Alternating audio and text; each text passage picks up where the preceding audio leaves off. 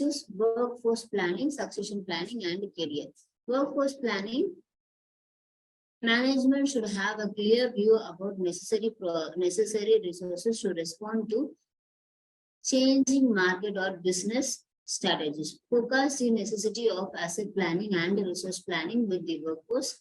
Determine hiring plan based on business growth capacity, use of outsource, available metrics. Support you in distributing the workload whenever needed. Gives your organization insight into the productiveness of your employees and how this contributes to the success of your organization. Next, so workforce planning. What is workforce planning? So workforce planning means the manpower planning is slightly differ from workforce planning.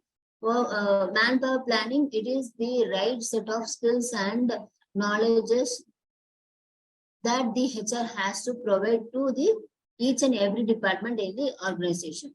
So once the manpower force is provided, then you have to plan the workforce. The management should have a clear view about the necessary resources. So whatever the manpower or whatever the goals and objectives, the management should have a clear understanding about their goals and objectives. So they have to plan their work, or they have to plan their manpower according to the goals and objectives. Say for example,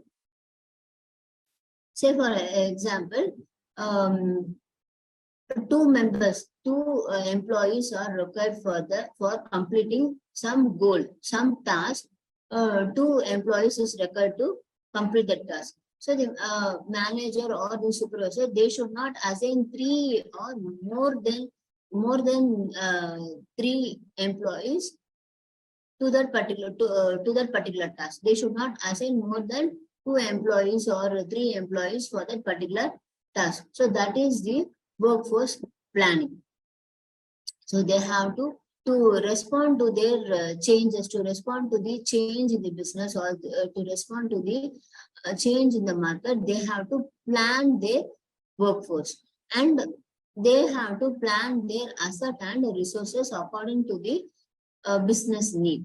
And once the HR has to plan the hiring process according to the business growth and capacity, according to the business growth and capacity of the organization, or utilization of resources. They have to plan their hiring process.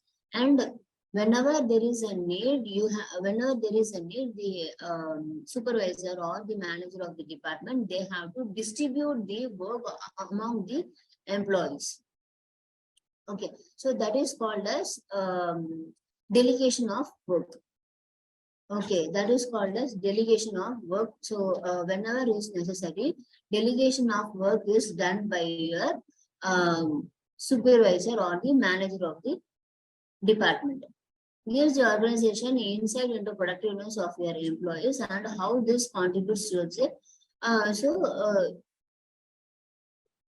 This workforce planning gives the clear view of the productiveness of your this workforce planning, it will make the management to understand their employees' performance, and it will make the management to understand their capacity of the employees for productiveness, and how the employees can contribute towards the success of the organization. Next is concept of career. A career comprises of series of work. A career comprises of a series of work-related activities that offer continuity, order, and meaning to a person's life. The underlying idea behind a career is that a person can shape his destiny through a number of well-planned and well-timed positive steps. The typical career of a person today could be probably include many position and transition. Career planning is a process by which one select career goals and the path to achieve those goals. So you are, I think you know what is career. Tell me what is career. So career is a work-related activity, and it is the it is something what the person want to be. Okay, and it is the path what they want to achieve. Okay, it is as you whatever you said is right, and it is a work-related activity that, and the person can choose his path to achieve the goals, personal goals and professional goals. So objectives of career planning: attract and retain. So what is the objectives of career planning in an organization? So attract and retain talent, use human resource properly to achieve great productivity, reduce employee turnover, improve employee morale and motivation, meet the current and future human resource need of the organization.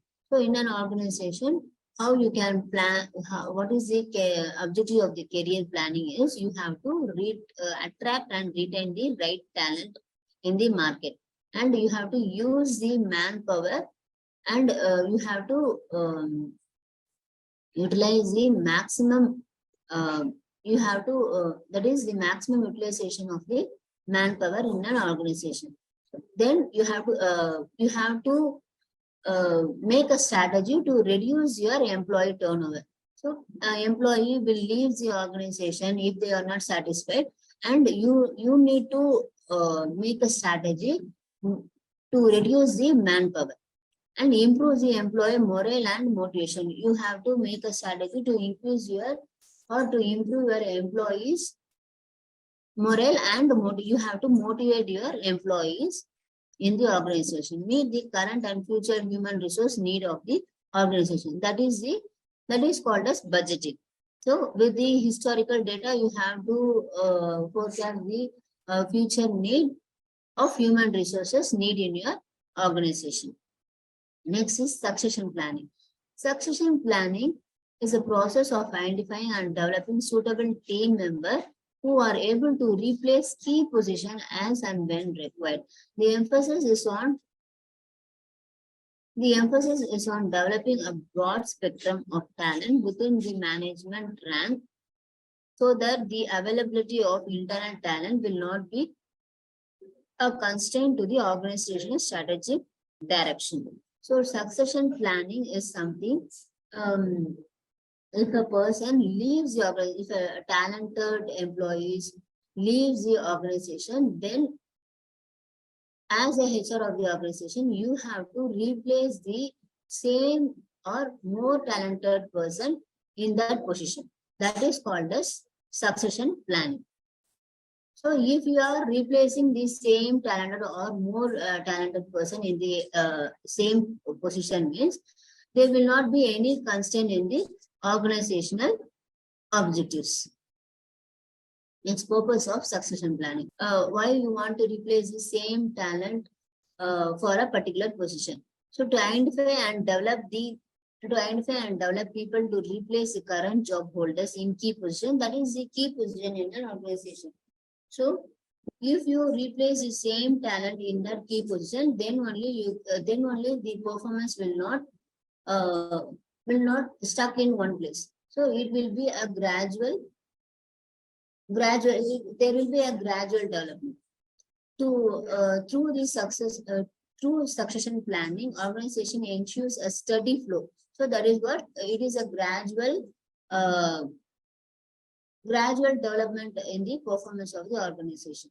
So once the key position is vacant, means then there will be a stop in the performance, or there will be a stop in the production of the organization. If you replace the same talent or more talent in the key position, then there will be a gradual development. Succession planning encourages hiring from within or create a healthy environment where employees have a career and not merely jobs. So succession planning, you can also encourage with hiring within. Hiring within means you can give promotion to the lower employees. Say, for example, if senior employees left the senior executive left the organization, means the employee who is in executive position, you can make that executive employee to, you can promote the executive employee as a senior executive. Then this executive position will be open. You can hire a fresher candidate for that executive position. So that you can in the organization where you can have a career for employees, not a job. So you can promote the career for your employees. It should be noted here that career planning by its very nature includes succession planning. So once you are providing hiring within, or once you are providing internal hiring in your organization, the employees will come to understand that your organization is providing a career planning, not a job. So with this succession planning, they are providing career to the employees. So which covers the key position at higher level. So once you are placing the placing the existing employees in key position, they will understand that the organization is providing careers to them and not the job, and it increases the motivation among the employees. That will result in the better performance of employees. So that is the purpose of succession planning.